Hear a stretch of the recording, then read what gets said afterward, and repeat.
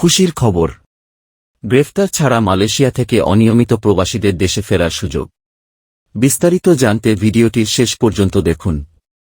Malaysia থেকে অবৈধ প্রবাসীদের দেশে ফেরার সুযোগ করে দিয়েছে দেশটির সরকার। শুক্রবার ১ মার্চ থেকে শুরু হয়েছে অভিবাসী প্রত্যাবাসন কর্মসূচি PRM। এ কর্মসূচির মাধ্যমে অবৈধ অভিবাসীদের দেশে ফেরার আহ্বান জানিয়েছে সে দেশের সরকার। প্রত্যাবাসন কর্মসূচি হল ১ মার্চ থেকে চলতি বছরের ডিসেম্বরের মধ্যে স্বেচ্ছায় নিজ দেশে ফিরে যেতে হবে। এ সময় কাউকে গ্রেফতার বা জেলে পাঠানো হবে না।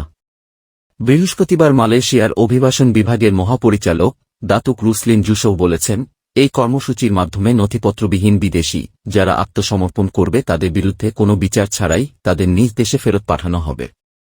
তবে অভিবাসন অপরাধের জন্য তাদের জরিমানা দিতে হবে।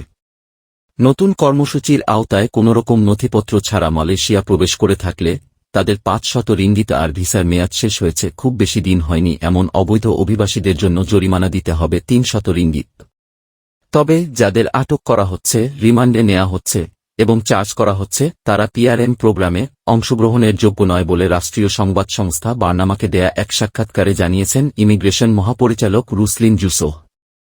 তিনি আশা করেন ৩ থেকে ৪ লাখ অবৈধ অভিবাসী এ কর্মসূচি গ্রহণ করবে।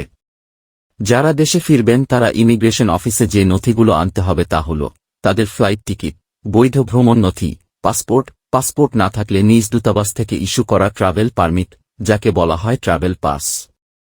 রুসলিন আরও বলেন, PRM প্রোগ্রাম সফল করতে ইন্দোনেশিয়া ও বাংলাদেশ সহ বিদেশি দূতাবাসগুলোর সহযোগিতা চাইতে শিগগিরই দূতাবাসগুলোর সাথে আলোচনায় বসবে অভিবাসন বিভাগ।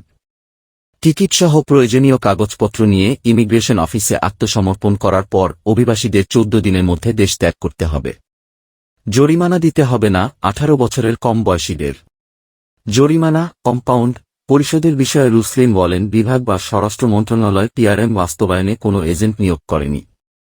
শুধুমাত্র ক্রেডিট কার্ড, ডেবিট কার্ড বা টাচ অ্যান্ড গো ইওয়ালেটের মতো ইলেকট্রনিক পেমেন্ট মোডগুলো জরিমানা পরিশোধের জন্য গৃহীত হবে। দালালদের খপ্পরে না পড়ে সরাসরি ইমিগ্রেশনে যোগাযোগ করতে অভিবাসীদের সতর্ক করছে সংশ্লিষ্ট বিভাগ।